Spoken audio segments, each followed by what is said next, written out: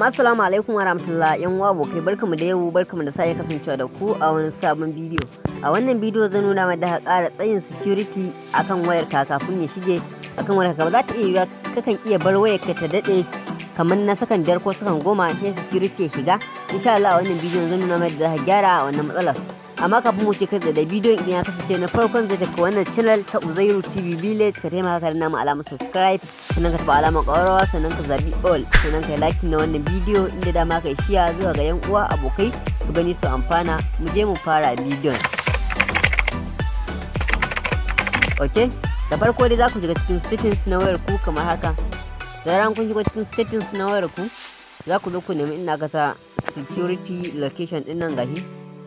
Wannan security location ai na kewa muku. Ok, da zaran kun shigo cikin security location za ku zo ku zaɓi inda aka ce inda aka ce settings din nan gashi na kewa muku a nan gurin. Da zaran kun shigo cikin settings din nan again, ba wai settings na farko ba, ga wani settings na again na kewa muku. Da zaran kun shigo cikin shi za ku shiga kamar haka. Ok, gashi na nuna mana option, ya ba mu option guda uku, ga automatically look, ga kuma power button instant look, ga kuma look screen message. Za ka zo ka shiga inda aka ce automatical dinnan look. Karan ka shiga cikin automatical look dinnan na farko zai baka wannan options kamar da kuke gani guda 10.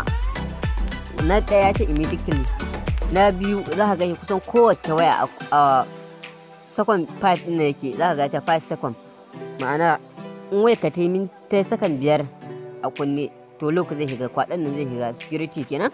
Yanzu za ka iya ƙara shi daga sakan 15 zuwa daga sakan 5 zuwa 15, daga 15 kuma zuwa 30, daga 30 zuwa minti 1, daga minti 1 zuwa minti 2, daga minti 2 zuwa minti 5, daga minti 5 zuwa minti 10, daga minti 10 zuwa 30 minutes. Yanzu in kana so waya ka ta dinga 30 minutes ba tare da security ya shiga ba, so za ka iya sashi a wannan 30 minutes nan gashi kamar da kuke gani mun sa 30 minutes, gashi nan mun sa 30 minutes, gashi na kiyo muku wanda muka sa. Yanzu in mun fita mu je muna amfani da wayar mu, ko tana kashe ko ba ta kashe, za mu yi amfani da ita 30 minutes, za mu yi amfani da ita 30 minutes ba tare da abin ya cire ba, ba tare da security ya shiga ba.